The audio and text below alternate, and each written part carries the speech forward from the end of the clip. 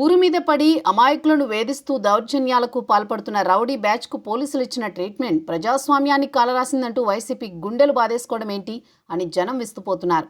అవును, ఐతానగర్లో ఇటీవల ముగ్గురు యువకులకు పోలీసులు ఇచ్చిన ఓపెన్ లాఠీ ట్రీట్మెంట్ పట్ల ప్రజలు హర్షం వ్యక్తం చేస్తున్నారు.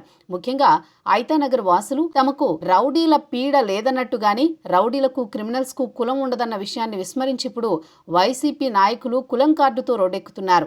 అలాంటి వారికి పోలీసులు చేసిన మర్యాద సరైందే అని జనం ముక్తకంఠంతో చెబుతోంటే వైసీపీయులు మాత్రం ఘోరం జరిగిపోయినట్లు గుండెలు బాధేసుకుంటున్నారు. ఇక అసలు విషయానికి వస్తే గుంటూరు జిల్లా తెనాలి ఐతానగర్ ప్రాంతంలో లడ్డూ బ్యాచ్ అని ఓ గ్యాంగ్ ఉంది.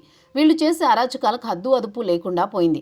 ఈ గ్యాంగ్ 2 నెలల కిందట ఓ వ్యాపారిపై అకారణంగా దాడి చేసి కొట్టారు. రోడ్డుపై వెళ్లేవారని వచ్చేవారని టార్గెట్ చేసుకుని కొట్టడమే వీళ్ల పని. దీంతో పాటు రౌడీయిజానికి పాల్పడుతున్న ఈ గ్యాంగ్ పై 2018 నుండి పలు కేసులున్నాయి. కేసుల దారి కేసులదే అన్నట్లుగా వీరి తీరు ఇసుమంతైనా మారలేదు. పైగా లడ్డూ బ్యాచ్, కిల్లర్ బ్యాచ్ అని బిరుదులు కూడా తగిలించేసుకుని రెచ్చిపోతున్నారు. ఈ నేపథ్యంలోని ఇటీవల ఐతానగర్ ప్రాంతంలో నివాసం ఉంటోన్న చిరంజీవి అనే కానిస్టేబుల్పై వీరు దాడికి పాల్పడ్డారు. బీసీ సామాజిక వర్గానికి చెందిన ఈ కానిస్టేబుల్ ఎస్సీ మహిళను వివాహం చేసుకుని ఐతానగర్లో నివసిస్తున్నాడు. ఈ కానిస్టేబుల్ చిరంజీవి లడ్డూ గ్యాంగ్ అరాచకాలను ప్రశ్నించాడు. జాగ్రత్తగా ఉండాలని హెచ్చరించాడు. దీంతో చిరంజీవిపై కక్ష పెంచుకున్న ఈ గ్యాంగ్ దాడికి పాల్పడింది.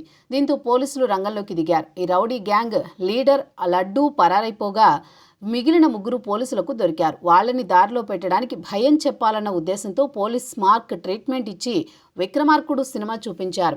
ఈ సందర్భంలో స్థానికులైతే ఈ రౌడీల పీడ విరగడైంది అన్న ఆనందం వ్యక్తం చేశారు. పోలీసుల చర్యను అభినందించారు. అయితే వైసీపీ మాత్రం ఈ సంఘటనను తమ రాజకీయ లబ్ధికి ఉపయోగించుకోవడానికి రెడీ అయిపోయింది.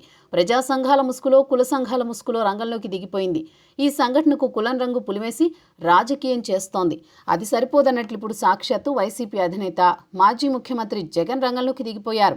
ఐతానగర్ రౌడీ షీటర్లకు పరామర్శ పేరుతో ఆయన తెనాలి పర్యటనకు రెడీ అయిపోయారు.